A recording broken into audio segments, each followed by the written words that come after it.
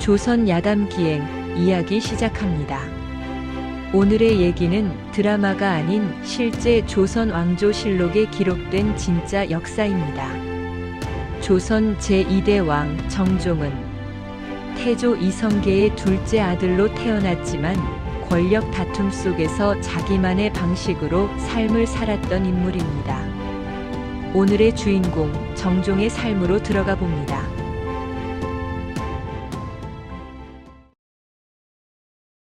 (1392년 7월) 한양 궁궐. 62세의 이성계가 왕좌에 앉습니다. 신하들이 일제히 절을 합니다. 35세 둘째 왕자 방관은 형제들과 조용히 서 있습니다. 첫째 방호는 당당하고, 셋째 방위는 학자처럼 품이 있고, 넷째 방관은 야심에 찬 눈빛이고, 다섯째 방원은 냉정한 미소를 짓습니다. 연회가 끝난 후 방관은 혼자 궁궐 뒷뜰을 걷습니다. 형님, 여기 계셨군요. 다섯째 방원이 다가옵니다. 형님은 욕심이 없으시니 편하시겠습니다. 방원의 말투는 부드럽지만 눈빛은 차갑습니다. 나는 그저 평범하게 살고 싶을 뿐이다. 그렇게 사실 수 있을까요? 우린 왕자입니다. 방원은 의미심장한 미소를 짓고 떠나고 방관은 불안감이 엄습합니다. 1394년 궁궐 내전. 이성계의 두 번째 부인, 조선시대 신덕왕후 강씨. 인상은 차갑고 내면은 야심차고 교활한 여성입니다. 계비 강씨가 태조 이성계를 설득합니다. 전하, 방석이를 세자로 삼으십시오. 정실 소생들은 모두 야심이 큽니다. 나라가 위험합니다. 특히 방원은 믿을 수가 없습니다. 형제도 죽일 수 있는 자입니다. 태조는 고민에 빠집니다. 결국 1394년 막내 방석이 11세의 세자로 책봉됩니다. 형제들이 술렁입니다. 막내를 세자로 책봉하다니 우리를 무시하는 것인가? 넷째 방관이 분노합니다. 다섯째 방원은 조용히 미소만 짓습니다. 방관은 걱정이 됩니다. 이러다 큰일 나겠구나. 1398년 8월 태조가 함흥으로 떠난 사이 방원이 움직입니다. 깊은 밤 무장한 군사들이 세자인 막내 방석의 처소를 습격합니다. 세자를 잡아라! 막내 방석이 끌려 나옵니다. 방원은 차갑게 명령합니다. 참아라! 칼이 번뜩이며 방석이 쓰러집니다.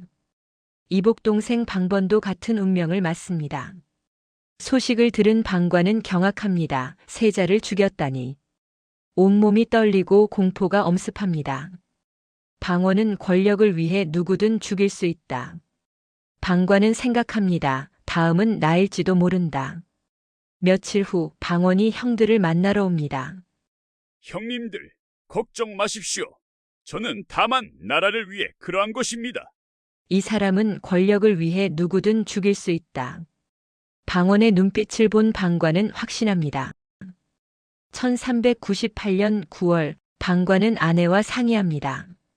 나는 도망가야 할 것 같소. 도망이라니요. 당신은 왕자이십니다. 왕자이기 때문에 위험하오. 방언이 다음에 누구를 죽일지 모르오. 아무도 모르는 곳으로 가서 거지가 되어서라도 살아야 하오. 아내는 눈물을 흘립니다. 당신 무사히 돌아오셔야 합니다. 내 약속 꼭 지키리라. 1398년 밤 궁궐. 부인이 남루한 옷과 약간의 돈을 작은 보자기에 싸서 내밀었습니다. 허름하고 남루한 옷을 입으셔야 합니다. 그래야 오래 사실 수 있습니다. 방관은 말을 잇지 못했고 잠시 침묵이 이어졌습니다. 돌아오지 않으셔도 됩니다. 돌아오지 않는 것이 돌아오는 길일 테니까요. 그녀는 붙잡지 않았고 살고 싶다면 사라지라고 말했습니다. 그것이 부부가 함께 내린 선택이었습니다. 그녀는 방과가 벗어놓은 옷가지들을 하염없이 바라보았습니다. 어느 날 밤 방과는 궁을 몰래 빠져나옵니다. 왕자의 의복을 벗고 남루한 옷으로 갈아입습니다. 이제부터 나는 왕자가 아니다. 그저 살아남아야 한다. 밤이 깊었고 방관은 길가에 주저앉습니다. 배가 고픕니다. 평생 굶어본 적 없는 왕자가 쓰레기 더미를 뒤져 썩은 음식을 먹었습니다. 토할 것 같지만 먹어야 합니다. 비가 내립니다. 비를 피하기 위해 다리 밑으로 기어 들어갑니다. 다른 거지들이 이미 자리를 잡고 있었고 방관은 맞으며 구석으로 밀려납니다. 온몸이 젖은 채 떨며 밤을 보냅니다. 살아야 한다. 어떻게든 살아야 한다. 1398년 겨울 경기도 어느 산골. 3개월이 지났습니다. 방관은 완전히 거지가 되었습니다. 머리는 헝클어지고 수염은 덥수룩하고 몸에서 악취가 납니다. 어느 날 산속 움막에서 거지 무리를 만납니다. 어이, 새 얼굴이네. 어디서 왔어? 50대 거지 우두머리가 물어봅니다. 이름은 변화주, 이 지역 거지들의 우두머리입니다. 저는 한양에서 한양? 말투가 예사롭지 않은데? 양반이었나? 아닙니다. 변화주가 웃습니다. 됐어. 여긴 묻지도 따지지도 않아. 거지는 다 똑같으니까. 방관은 처음으로 안도합니다. 그런데 우리 무리에 끼고 싶으면 규칙이 있어. 구걸한 건 나눠 먹고 서로 돕고 배신하지 않기 할 수 있겠어? 네, 하겠습니다. 처음으로 받아들여진 느낌이었습니다. 1399년 봄, 우두머리가 방과에게 국어를 가르칩니다. 구걸도 기술이야. 너무 당당하면 안 주고 또 너무 비굴하면 무시당해? 딱 적당히 불쌍해 보여야 해. 자, 한번 해봐. 방과가 지나가는 사람에게 손을 내밉니다. 시주 좀, 목소리가 떨립니다. 사람들이 냉정하게 지나갑니다. 방과는 한나절 내내 구걸했지만 한 푼도 못 받았습니다. 변화주가 시범을 보입니다. 아이고, 이 불쌍한 놈 좀 보소. 석 달째 굶고 있습니다. 과장된 연기 하지만 사람들이 돈을 줍니다. 방과는 자존심이 상합니다. 왕자였던 내가 이런 짓까지 하다니 자존심이 무너집니다. 하지만 배는 고픕니다. 살기 위해서 해야 한다. 1399년 여름 전라도. 거지 무리와 전국을 떠돕니다. 한 마을에서 참혹한 장면을 목격합니다. 세금을 못 내면 곤장을 치겠다. 탐관오리가 농부를 때립니다. 대감, 흉년이 들어 먹을 것도 없습니다. 농부의 아내가 울며 빕니다. 제발 우리 아이들이 굶고 있습니다. 방관은 주먹을 불끈 줍니다. 이것이 조선의 백성들의 삶인가? 궁궐에서는 몰랐던 현실, 그때 옆에 있던 변화주가 속삭입니다. 왕자님들은 백성이 어떻게 사는지 모르지. 우린 벌레만도 못한 존재야. 방과는 아무 말도 못합니다. 1399년 가을, 방과가 병에 걸려 고열에 시달립니다. 거지들이 방과를 정성껏 돌봐줍니다. 이 자식, 죽으면 안 돼. 버텨. 구걸한 돈을 모아 약을 사옵니다. 나 때문에 돈까지 쓰게 하고 방과는 미안함에 말을 잇지 못합니다. 우린 한 식구야. 식구 버리는 법 없어. 방과는 눈물을 흘립니다. 왕자일 때는 아무도 진심으로 대하지 않았는데 거지가 되니 진짜 사람을 만났구나. 일주일 후 방과가 회복합니다. 방과는 감사 인사를 전합니다. 형님, 고맙습니다. 평생 은혜 잊지 않겠습니다. 뭘? 우린 한 식구잖아. 1400년 1월 한양 인근 장터. 장터에 사람들이 모여 수군거립니다. 방과는 귀를 기울입니다. 방원 대군이 형들을 죽였다더라. 첫째 방우 대군과 셋째 방해 대군을 죽였대. 넷째 방간 대군은 유배 갔고. 방과는 충격에 주저앉습니다. 형까지 죽었다니. 방원이 진짜 형까지. 온몸이 떨립니다. 거지들이 걱정스럽게 묻습니다. 야, 너 괜찮아? 얼굴이 새하얗게 됐어. 혹시 너 양반 집안 사람이지? 방과는 고개를 숙입니다. 그리고 방관은 알고 있습니다. 이제 남은 왕자는 나뿐이다. 1400년 2월 충청도 산골. 어느 날 무장한 군사들이 거지 무리를 포위합니다. 군사대장 하륜이 방과를 지목하며 저 사람이다 라고 소리쳤습니다. 방과는 도망치려 하지만 이미 늦었습니다. 거지들이 놀랍니다. 뭐라고? 태군이라니? 너 왕자였어? 군사대장 하륜이 다가와 정중하게 인사를 합니다. 대군마마, 오랜만입니다. 방원 대군께서 찾고 계십니다. 나를 죽이러 온 것이냐? 아닙니다. 모시러 왔습니다. 왕이 되십시오. 방과는 어이없습니다. 그게 무슨 소리냐? 정실소생 중 살아계신 분은 대군마마뿐입니다. 대군마마가 왕위를 이어야 합니다. 나는 왕이 되기 싫다. 군사들이 방과를 붙잡습니다.